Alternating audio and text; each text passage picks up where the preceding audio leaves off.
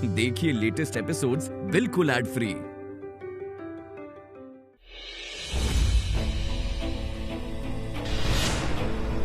रागिनी,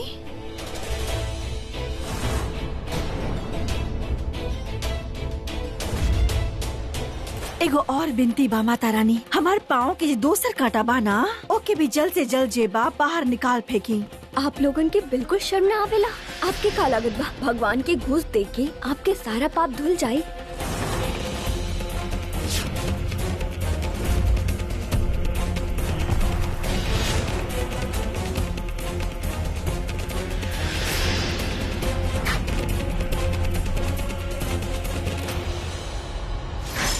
हराम की पिल्ला, हम रागिनी सिंह बानी, मौत के लेके आयल बाड़े अपना साथ। कौन हमारा हाथ के बड़े तू?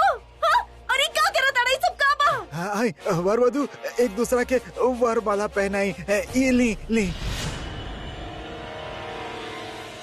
हम ना पहनब हम। ऐसे क्यों करेला का जबरदस्ती? छोड़ा मेरा हाथ, तो बता नहीं तारा क्या है।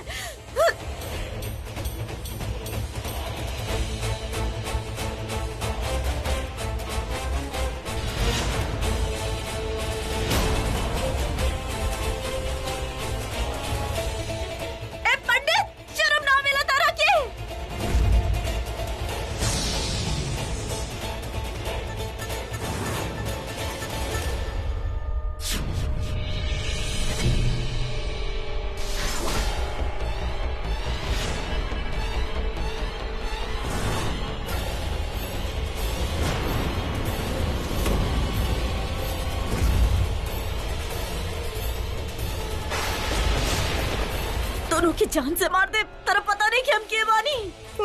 सर्वस्ते शनुराहु केतु ओम नमः ओम भगवते वासुदेवाय ओम भूर्भुवः स्वः तत्सवितुर्वरेण्यम्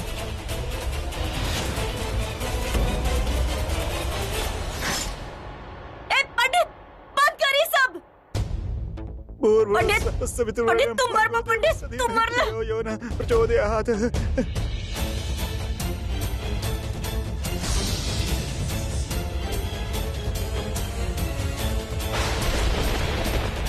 अब वर वधु फेरा खातिर खड़ा हो जाए।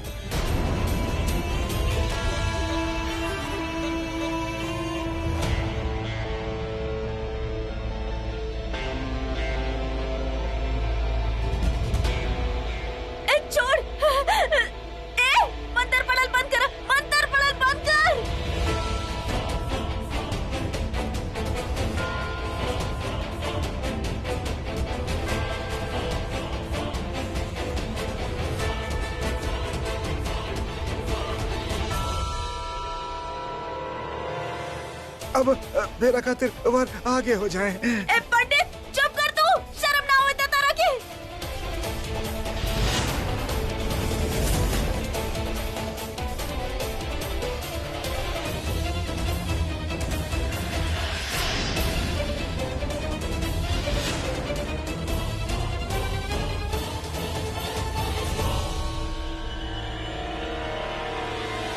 तारी राधा कबो कामयाब ना हुई, तोहरी राधा जानत ने कम के बानी। हम रागिनी सिंह बानी, छोड़ हमरा के ना, तब तरह के छोड़ अपना, तोहर पूरा खानदान तबाह हो जाई। छोड़ हमरा के। मेरा संपूर्ण हो गए। अब बस सिंदूर दान बचल बा।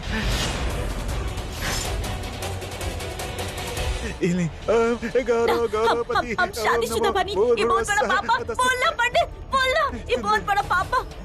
ना कभी मत कराई। हम शादीशुदा बानी, हमारी शादी हो चुकल बा। ना ना मत करो, ना।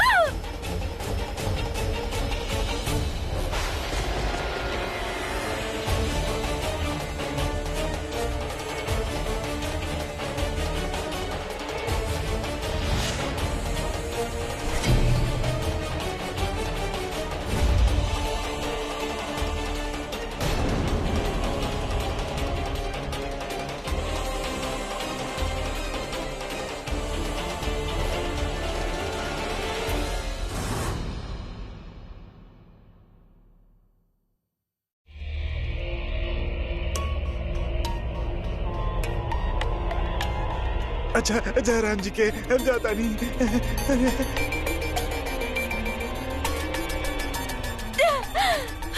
कुकुर मुत्ता, अब तू मरे खातिर तैयार हो जा।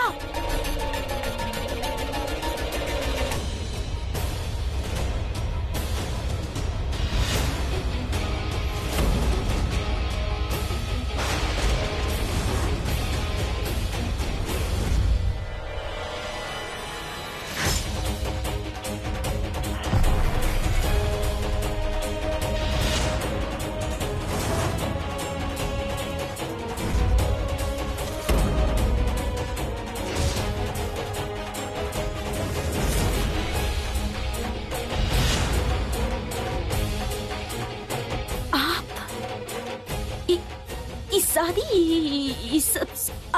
आप हमरा तो समझे में ना आ रहल बा। अब पता लगल कि जब बंदूक के नोक पे रिश्ता जोड़ल जाला त कैसन लागेला।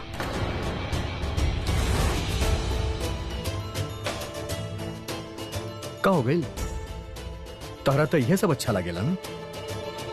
हाँ, हमरा साथे भी तू यह कैले रही। जोर जबरदस्ती शादी, वो भी गन पॉइंट पे। एक बार भी ई ना सोचलू कि हमरा कैसन फील हुई। के हक देले बा तोहरा ई करे के। हमरा ना चाहत भइल भी तू हमरा से शादी करके हमरा घर पे आईलू और हमरा घर वालन के अपना दम पे जबरदस्ती तू परेशान कैलू। के दरस तरह की मिस्टर जी, हम जाना थानी कि हम आपके साथ ना बहुत गलत कैले बानी। मिस्टर जी, हम कबो केहू के साथ गलत ना कैनी। बचपने से ही हम ये देख ले बानी और ये सीख ले बानी बाबूजी के देख के कि हक जे बाहू लड़के हासिल कैल जाला और ये सोच हमारा आदत सा बन गइल बा। हम माफी मांगे चाहत रहनी, बाकी हिम्मत ना होत रहे। हम कौन मुंह से माफी मांगती आपसे? के तहरा के हक देहस कि तू हमके कॉन्ट्रैक्ट दिलावे खातिर साजिश रचा। मिस्टर जी, कहे कि आप एकर हकदार रहनी। अगर आप वो लायक ना बानी तो और केहू भी लायक नहीं खे। ये दुनिया वैसा नहीं खे जैसा आप सोचा तानी मिस्टर जी। ऐसे हम अपन तरीका से, लेकिन हम समझ गए बानी कि हमार तरीका गलत बा। और के हक देलस तोरा की कि तू हमार भाई के जान बचावे खातिर आपन जान जोखिम में डालता। हमके गोली लगे के बाद तू मां से ही वादा कर ले लू कि तू हमके छोड़ के चल जाइबू, लेकिन का तू एक बार भी आपन मिस्टर जी से ही पूछ लू कि ऊ का चाहे ले? तू इस सबसे कहलू ना कि तू हमरा से बहुत प्यार करेलू। कैसन प्यार भर अग्नि? रात भर हम यह सोचत रहली कि तहार मां से कैल गई वादा कीमती रहे या अग्नि के साक्षी मान के लिहल गई कसम।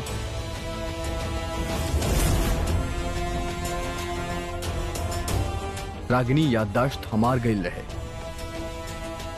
ता तू अग्नि फेरा पे लिहल गई वादा तू कैसे भुला देलू? तू कैसे साथ छोड़ देलू हमार? बोला रागिनी। रागिनी, अब तहरा तहार ई कैल गईल के सजा जरूर मिली। अब जौन भी सजा दे मंजूर बा। पहले वादा करा। वादा।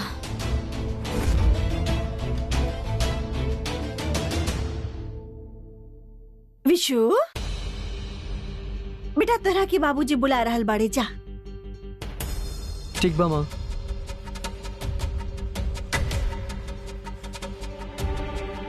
माफी चाहेनी, तुहारी नैन मटक्का में विघ्न डाल देनी एकरा खातिर। लेकिन का बाना हमके ना तोरा से एगो बहुत जरूरी बात करे के बा। आपके जे कहे के बा अब साफ साफ कहीं। वो का बा कि शादी के बाद पति जे होला वो घर के बाहर काम करेले। रहल तुहार बात, हम तोहरा के मुफ्त में खिलावे के कोनो ठेका लेके ना रखनी हा। वैसे भी तुहार बाप शादी में एगो फूटी कौड़ी तो देलस ना। वो तो कहे लगल कि अरे सब धन जी हमार तो सृष्टि के बाना, ये पढ़ाई लिखाई ही धन दौलत बा। बहू रानी तू ही बतावा, ई तुहार जे पढ़ाई लिखाई के धन दौलत बा ओकर उपयोग हम करी तो कैसे? फुआ अब देखा तहर सवाल के जवाब ही कानून के किताब में लिखल बा। कोनो आदमी के अपन खाना और रहे का खर्चा अपने उठावे के चाहिए। सुन ले लो, जे किताब में पाठ लिखल बा ना ओकरा के अमल में भी रखा। चला दुलरिया। एक किताब आप उल्टा पकड़ ले बानी। हाँ तो किताब है ना उल्टा पकड़ल बानी, बाकी ज्ञान जे बा ना वो तोहरे से सीधा बा, समझ लो कि ना।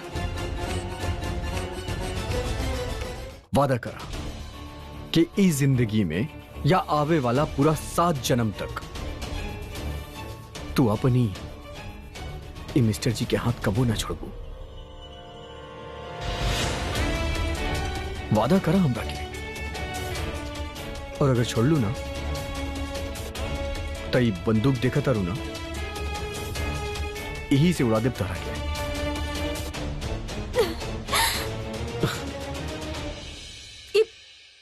बंदूक कहाँ से मिल गए आपके?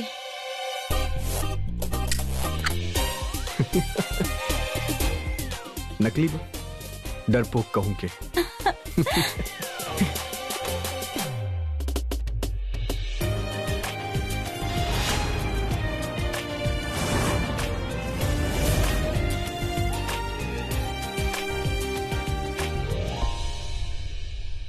मिस्टर जी, हमरा लागल कि आपके हमार जरूरत नहीं की, ऐसे हम डर गए रहनी। हमरा के माफ कर दी मिस्टर जी। रागिनी सिंह, आई लव यू।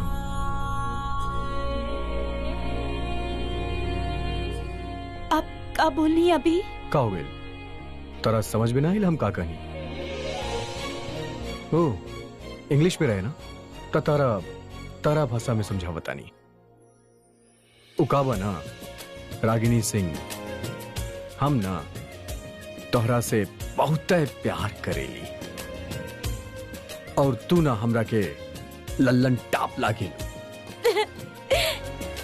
और जाके कह दा सबसे कि ई अनुराग सिंह आपन रागिनी सिंह से बहुत बहुत बहुत बहुत प्यार करेला। And I love you Ragini.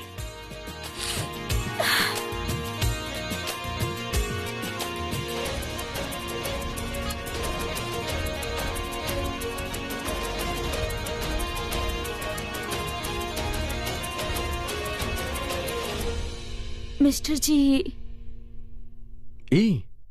You केहू गिफ्ट दे रहे हमरा के हमारी याददाश्त लावे खातिर। पता है मैं काबा, हम सोचनी अपना बीवी के ही दे दी, खुदा खोल के देख ले या अपन मिस्टर जी के दिखा दे कि काबा है में।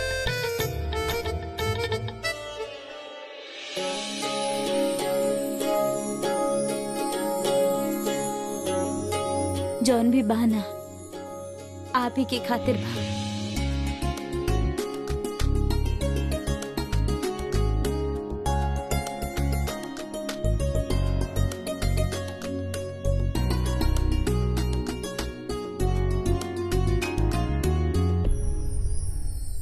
हमार बाबूजी हमरा के ई विश्वास से देले रहले कि ई जब भी हमरा साथ रही ना तो हमार समय कबो बुरा ना होई, और जब आप हमरा साथे बढ़े तो हमार समय कबो बुरा ना हो सकेला। एकर कोनो जरूरत नहीं कि अब हमरा के। हमनी के तो डायरेक्ट शादी भइल रहे ना ऊ बंदूक के नोक पे, तही खातिर फिर एंगेजमेंट ता भइल ना रहे। ऊ शुभ काम में देरी कैसे?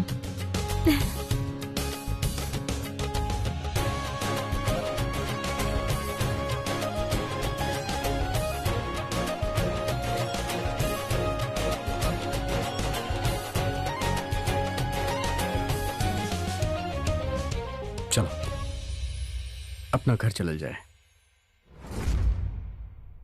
लेकिन हम जे सासू मैया से वादा कैले बानी वो हम ना तोड़ सकेनी।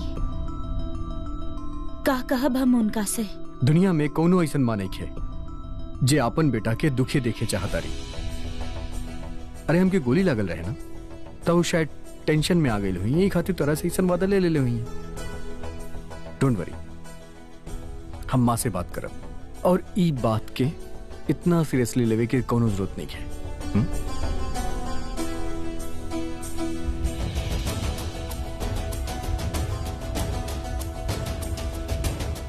अब कैसे समझाई हम मिस्टर जी के कि सासू मैया हमरा से ई वादा कोनो डर के वजह से ना, बल्कि पूरा समझदारी के साथ ले ले रही। और अगर अब हम उनकर सामने जाई तो वो हमरा के कबो स्वीकार ना करी है। और हम एक इतना इंपॉर्टेंट चीज तो भूल ही गई नहीं।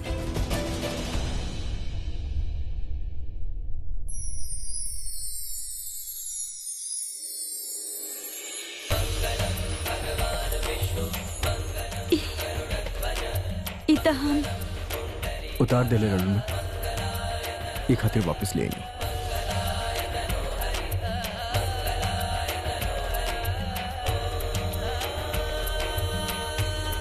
आज के बाद अगर तू एकरा उतर लू ना,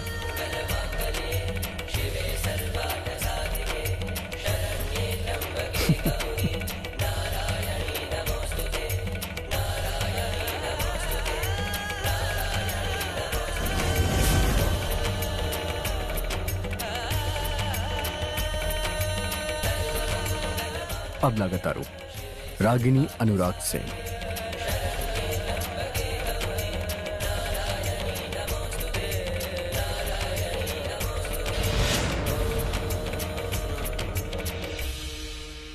हमरा तो यह समझ में ना आवेला कि यहाँ मुफ्त में लोग कैसे रह सकेनी।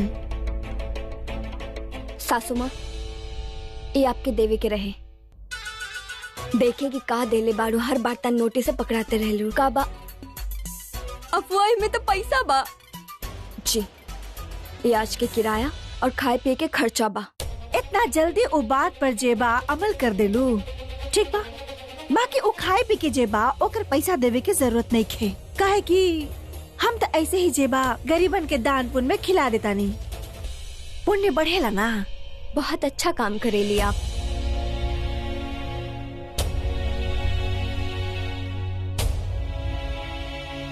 हैकड़ी जे बा ना, उ क्या दिन के बा।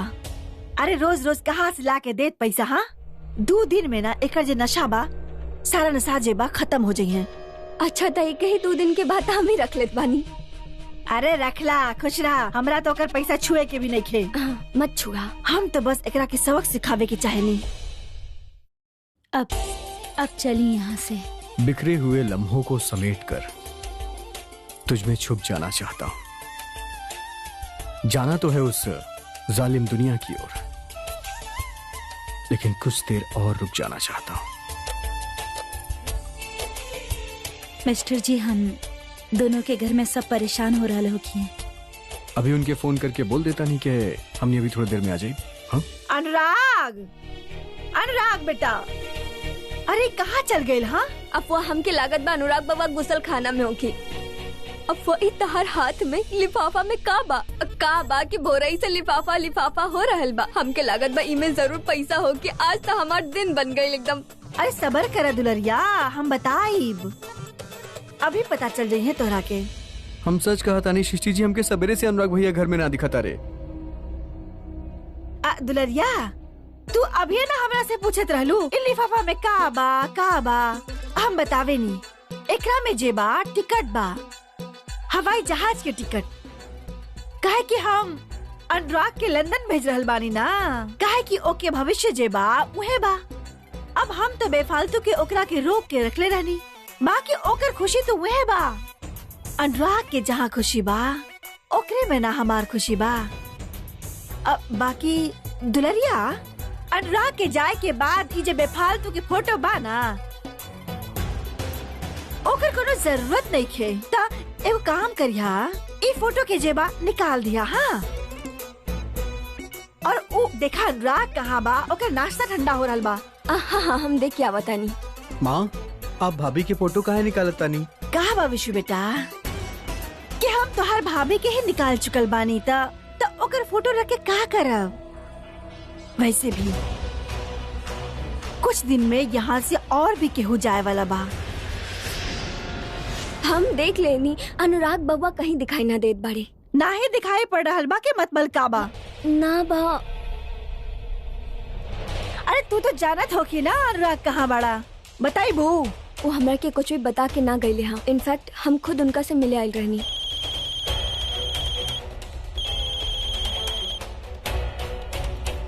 Hello hello Anurag ji. हाँ सृष्टि, अच्छा हम के दा फोन।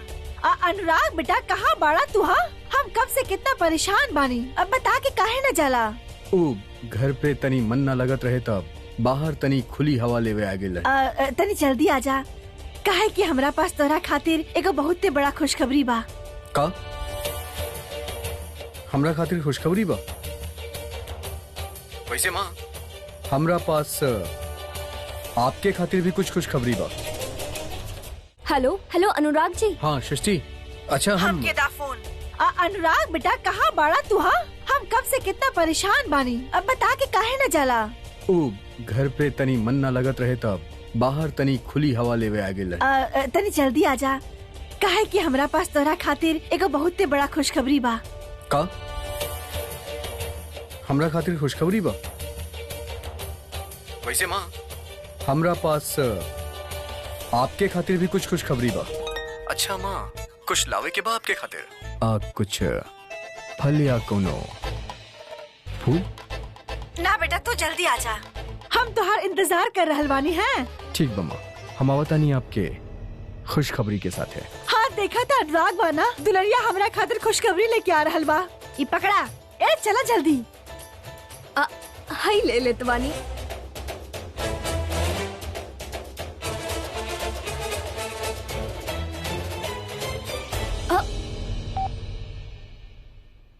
विशु जी आप ऐसे बिहेव काहे करत बानी? बस बहुत हो गई सृष्टि जी, आपके दिनों रात सिर्फ भैया भाभी के ही चिंता रहेला। हाँ, काहे कि हमके भी भैया भाभी के चिंता बा, लेकिन सृष्टि जी हमनी दोनों की भी तो अपन जिंदगी बना। और आप हमनी दोनों के बारे में अभी तक का कहले बानी? आपके वो मिशन के का भइल? हम बने तुम बने एक दूजे के लिए, वो हमनी दोनों पे भी तो लागू होखेला ना। शायद विशु जी सही कहत बानी, हम सच में अपना रिश्ता पे ध्यान ही ना दे पा रहे बानी। Vishu ji I am sorry. अब सही कहत बानी, बताई का करे के हो कि हमरा के? डांस करबो हमरा साथे? डांस? हाँ जरूर, लेकिन गाना कौन सा रहे? हम बने तुम बने एक दूजे के लिए। टनननना। I don't know what to do. I don't know what to do. हम बने तुम बने एक दूजे के लिए। We are made for each others. समझ लो। मिस्टर जी आप भी ना। अरे ये गाना न रहे, ये तो प्लान बा। I mean तहार जोन देवरानी और जोन नटखट देवर बा ना, वो जोन हमनी के मिलावे के प्लान बनेले रहे ना, वो प्लान के नाम बा हम बने तुम बने एक दूजे के लिए। सच सृष्टि सबके बारे में कितना सोचे ली ना। हम भी कसम खैले बानी की हम कबो भी ना उनका रिश्ता में कोनो बुरा नजर ना लागे दे। मतलब अब तू एक और फैसला ले लू हमरा बगैर? ऐसा कुछ नहीं खे, हमार जिंदगी के सबसे बड़ा फैसला वो आप बाड़े, तो आपसे बिना पूछले हम कोनो फैसला कैसे कर सकेनी? तो चलिए खुशखबरी जी, चल जाए फिर। सबसे पहले आपके बाबूजी के पास, जे अपन बेटा जी के ऐसे देख के बहुत खुश हो जाइए, बना? चल जाए। चलिए। हम बने तुम बने एक दूजे के लिए। टनननना। टनननना। विशु जी हम बने तुम बने एक दूजे के लिए। एक मिनट, ए हमर तुम कहाँ बानी? कहीं आप हमरा से कुछ छिपावत ना बनी? ना सृष्टि जी, हमके पता भैया भाभी कहाँ बाड़ी। भैया भाभी? एक मतलब आपके पता बा कि वो दोनों साथ में बाड़ी। बताएं वो कहाँ बाड़ी? हमके पता बा कि आपके मालूम आप हमरा के बताई ना, तो हम आपके दूसरी तरफ बताएं। जल्दी बताएं जल्दी बताएं। अरे सृष्टि जी, अरे बताएं कहाँ बाड़ी? अरे सुनी अरे बताता नहीं ना। बताएं। भैया तो आपके सवेरे ही बतावे चाहत रहे, लेकिन हम ही उनके मना कर देनी। काहे? काहे कि हमार प्लानिंग आपके सरप्राइज देवे के रहे, लेकिन आप बनी ना गुदगुदी करके सब कुछ उगलवा देनी। ऐसा थोड़ा ना हो खिला, केहू गुदगुदी करके थोड़ा ना उगलवाएला। विशु जी। सरप्राइज के काबिल बताई ना सृष्टि जी, कितना गलत केली ना आप।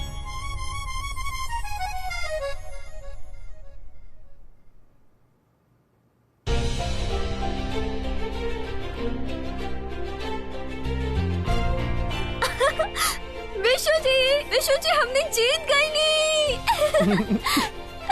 मिशन हम बन्नी तुम बन्नी एक दूजे खातिर सक्सेसफुल।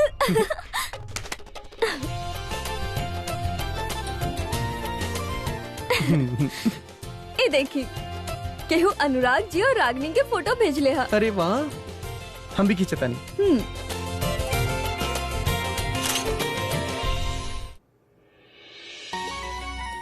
जियत रहा, मस्त रहा, खुश रहा, तो हर जोड़ी के केहू के नजर न लागे।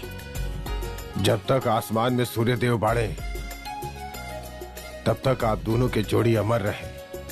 आज से ही आप दोनों के नया रिश्ता के शुरुआत हो रहल बा। दामाद बाबू, आज हम मन से ना आपसे माफी मांगल चाहतनी। अरे बाबूजी, आप प्लीज ऐसा मत बोलिए। ये बात तो हमके बहुत पहले कह देवे के चाहत रहे। आपके शादी रागनी के साथ अपन मर्जी के बिना भइल, लेकिन आप ये तो माना तनी ना कि हमरा चॉइस जोन बा एक नंबर बा। सही कह रहल बाड़े रागिनी के बाबूजी, हमार दामाद हीरा बाड़े हीरा। अरे वाह, हमार घर वाला के नजर में तो आपके बहुत ही कीमत बा। कहीं बेच दी का आपके? चली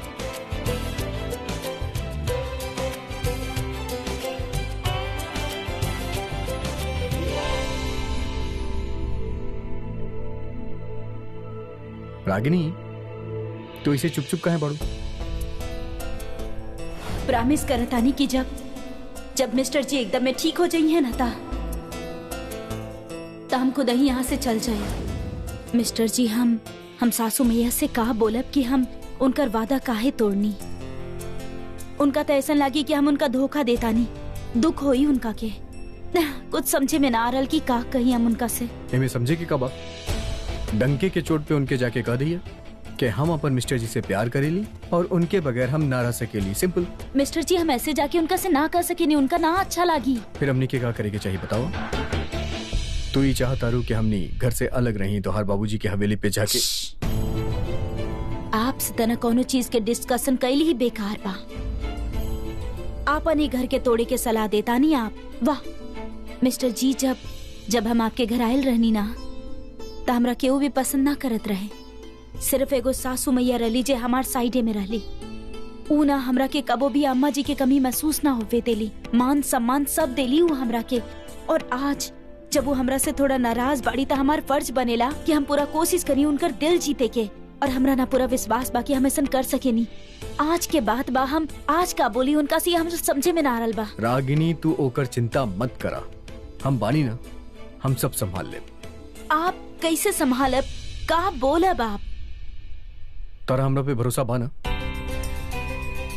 और इतनी स्माइल दा, कब से तू ऐसे उदास बाड़ू? चला स्माइल कर।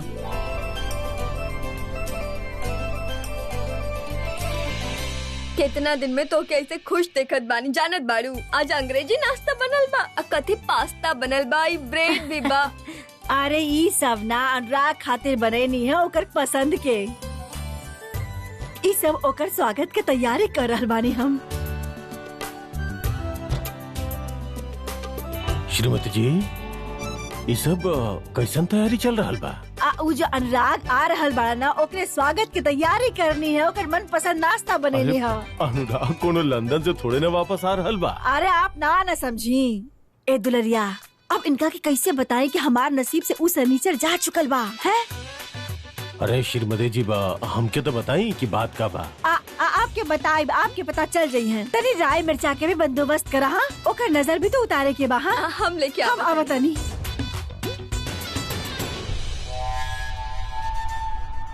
ए दुलरिया, ये अनुराग आ गइल बड़ा, जल्दी आवा। अरे अनुराग बेटा, तू आ गइल बड़ा। अरे आवा आवा। ए दुलरिया, जा खुशखबरी वाला लिफाफा लेके आवा। आरती के थाल भी ले यहाँ। कहाँ धैले बाड़ू? उहे रखल बा, देखा था, जा जल्दी। वो अपने रख के भूल जावेलू। चला जल्दी अंदर चला। हाँ अरे चला बेटा।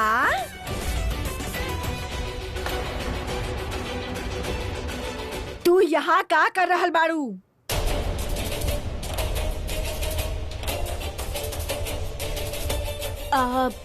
सासू मैया हम अरे दुलरिया एक एक कर आरती उतारे खातिर थारी ले आयलू हा। 1 मिनट हटी माँ। भाभी आप आ गई नी। आपके पता बा हम आपके कितना मिस करत रहनी। माता ऐसन बाड़ी ना पकत रहेली। चली हम आपकी आरती उतार देता नहीं, ठीक बा? ये का कर रहल बाड़ा तू? अनुराग ये का कर रहल बाड़ी यहाँ पर? हाँ अरे माँ ये का करत तारी, मतलब ई त एजे रहेली ना। रहे नहीं ना, राहत रहे। कल रात के ही घर छोड़कर हमेशा की खातिर चल गल रहे। छोड़ के चल गए रहे। तो अब यहाँ का कर रहल बाड़ी? तू तो बहुत बेशरम निकल लू। अरे सीना ठोक के कहत रहेलू ना, हमार जान जाई है लेकिन जुबान न जाई है। तो का भइल? तू आपन वादा निभावा ना निभावा, लेकिन हम आपन वादा जरूर निभाई। और निकला यहाँ से, हम कर रहल बानी। अरे माँ आप ही तो एकरा वापस लावे खातिर कहले बानी। और अब वापस जाए खातिर कहा तानी।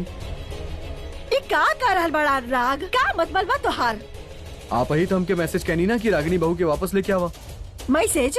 हम नहीं के कहनी कोनो मैसेज वैसेज। का बात कर रहल बड़ा तू? अरे माँ 1 सेकंड, ये देखिए ये आपके मैसेज नहीं खे के रागिनी बहू के वापस ले आवा बोलू ना। अरे ये मैसेज तो हमारे नंबर से गईल हा, लेकिन भइल कैसे? अफुआ तो नींद में कर देले हो खूब। चुप रहा। माँ अगर आप हमरा के मैसेज ना कैले होती ना तो हम तो एकरा कबो लेके ही ना आई थी। इनफैक्ट हम तो सीधा लंदन चल जाती। तो वह तो हम कर रहल बानी ना कि अनुराग तुझे बाना यहाँ से लंदन चल जा हमेशा के खातिर। वह खातिर तोहरा नया टिकट मंगवानी हा। अनुराग के लंदन जाए के टिकट आप न हमरा से पूछनी न अनुराग से। इतना बड़ फैसला आप अकेले अपन मन से ले लेनी? हाँ एकरा में पूछे के का बा? अनुराग तो हमेशा से ही लंदन जाए की चाहत रहे ना। इतना हमरा दबाव में आके यहाँ रुक गई, और आप भी तो यही चाहत रहे ना। तब हालात कुछ और रहे। अब तो अनुराग यहाँ अच्छा खासा अपन काम धंधा जमा ले लेबा। अब तो बहू भी वापस आ गई। ऐसे में फिर लंदन जाए के का मतलब बा? देखिए हम आपसे ना हाथ जोड़ के विनती करता नहीं, हमरा के हमार बेटा के संभाल लेवे दी।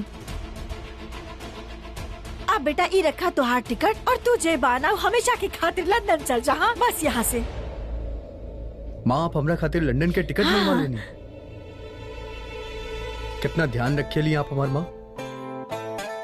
Thank you so much. कितना अच्छा कहनी आप हमरा खातिर। एक हमार इतना बड़ प्रोजेक्ट बा, ओकरा खत्म करे के जाए के पड़ी ना, न ता लोग हमार पूरा रेपुटेशन खराब कर देंगे। एक बार काम खत्म हो जाए ना माँ, फिर हम और आप लंदन साथ में जाए। हाँ हम तो चलवे करब तोरा साथ, लेकिन ओकरा पहले जे बा ई लड़की के ई घर से बाहर निकाल दा।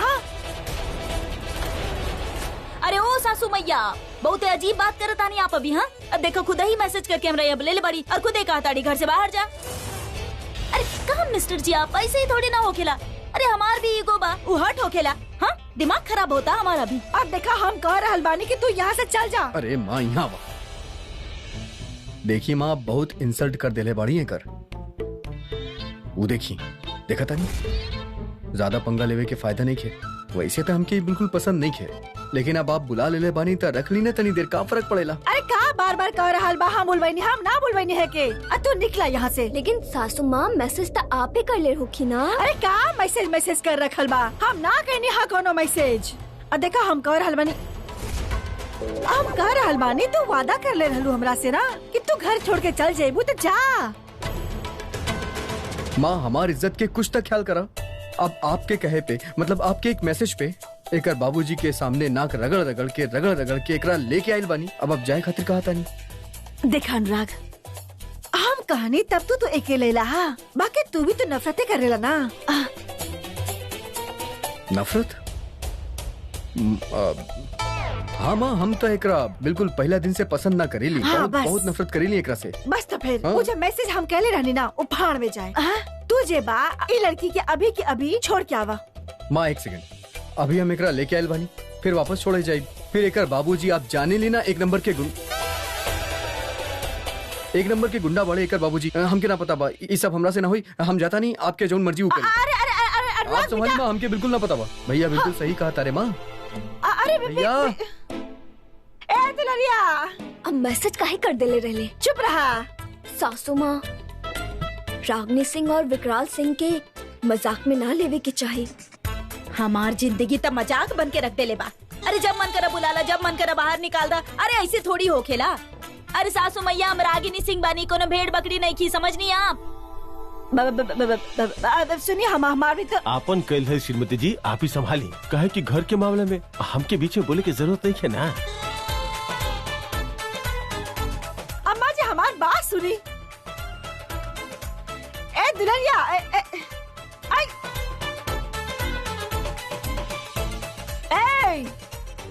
हम कह रहल बानी, तुझे बा ई घर में ना आ सकेलू। ए दुल्हनिया, हमार बात तो सुना।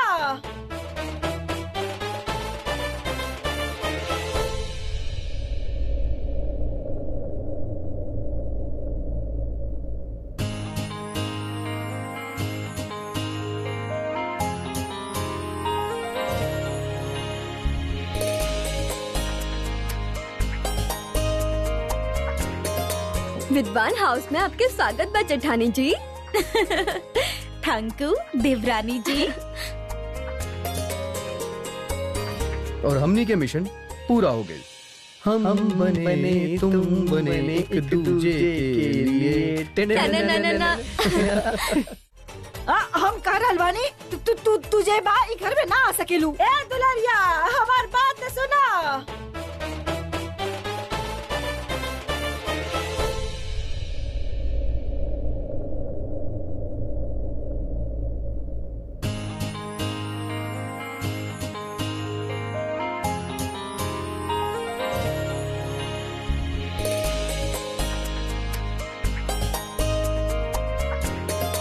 विद्वान हाउस में आपके स्वागत बा जेठानी जी। थैंक यू देवरानी जी। और हमनी के मिशन पूरा हो गई। हम बने तुम बने एक दूजे के लिए। फुआ तू का कर देले बड़वाई? सब लोग अपन गोर पे कुल्हाड़ी मारला, तू तो कपार पे मार देलू। बाप रे बाप, हम कहत बानी तो के सब जरूरत कर रहे हैं अनुराग बाबा के मैसेज करे के। फुआ हमके लागत बना कि अब तहार उम्र हो गई बा। हमके दिखावा था। अब फुआ तुम अफीम के नशा वसा का करे लगल बाड़ू? आए सही सही बतावा हमके। आए अरे पगलैट हो गइल बाड़ू। यहाँ हमर कलीजा चल रहल बा और तू अपन नौटंकी शुरू कर देलू। नौटंकी? आए हम नौटंकी करत बानी कि तू नौटंकी करत बाड़ू? अब का करके भेजले रहलू तू यहाँ से रागनी के? रागनी हमार गोड़ के काटा बा, घर से निकाल दी। अत काहे ला बुलाइले बाड़ू? हम कोनो मैसेज ना करनी। हमार दिमाग खराब हो गइल का? पागल नहीं के बानी हम। तब से समझा रहल बानी, समझ ना रहल बाड़ू। पागल ता तू नहीं है बाड़ू, इ ता हम जानत बानी। बाकी इहे ता सोचा कि तू ना मैसेज कइले बाड़ू तक के कइले बा। जाने ली दुलरिया, इ के कर करल धरल बा, लेकिन वो सब ना जाने नी कि हम ई सच जान चुकल बानी। अब देखिया हम का करब। सच तो सासू मैया जान ही जाई। मिस्टर जी, हम ना कहले रहनी कि हम उनका के ज्यादा देर तक बेवकूफ ना बना सकेनी। और जौन दिन सासू मैया के सामने सच आई ना, तो सबसे पहले बम जो बना सृष्टि तरह ऊपर फटी। काहे कि तू ना उनका फोन से मैसेज कैले रहलू।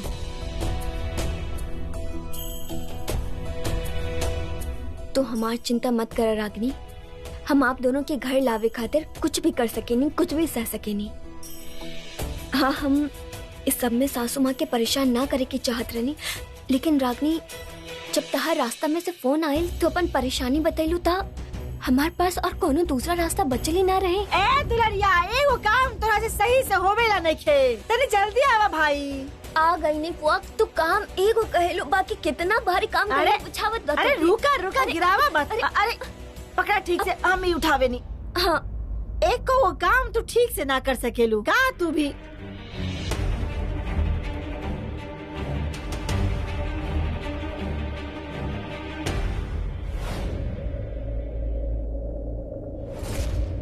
भले ही प्रॉब्लम अभी के लिए टल गई होगी, लेकिन ये प्लान जोन बना, ये फुल प्रूफ प्लान नहीं है।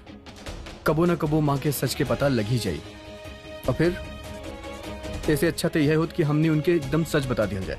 कुछ टाइम खातिर अगर वो नाराज होती भी तब बाद में नॉर्मल तो हो जाती, कम से कम ही रोज रोज के ड्रामा तो ना होता। एक तो वैसे ही रागिनी कसम दे के ये बात बतावे के रोक देले पड़ी, और फिर तुम्हारी मैसेज। आई थिंक ये झूठ के साथ कब तक हमने जी, अब हमके कुछ समझ में नहीं किया। मिस्टर जी कले रनी ना हम आपसे कि अब हमारी घर में आवल ना आसान नहीं खे। दूध से पनीर बनाल जा सकेला, बाकी पनीर से जबाना दूध कबो ना बन सकेला। एक ना एक दिन ता हमार भेद खुली, और जो दिन खुली ना वो दिन फिर से हमरा यहाँ ही घर से जाए के पड़ी। बस बस एक मिनट, आप लोगों ने ना उम्मीदी की बातें करल बंद करा प्लीज। अनुराग जी, हम ये थोड़ी कहत बानी कि सासू माँ से जिंदगी भर सच छिपा के रखे के बा। हम तो बस एक कहत बानी, सच तब तक छिपा के रखे के बा जब तक रागिनी तू सासू माँ के दिल ना जीत लेबू। और वैसे भी देखा जाए तो सासू माँ तोहरा के पहले से पसंद करत रहली, उनका के बस ये बात याद दिलाई के बा। आई जस्ट होप ये सब कुछ ही दिन में हो जाए, जल्दी से। और जौन दिन सासू माँ के सामने सारा सच आ जाए ना, तेरा पता बहु तेरा साथ का करी है। हाँ तो आप दोनों कब काम आई कोनो बात ना, तब के तब देखब। और वैसे भी हम बने तुम बने एक दूजे खातिर। ना करा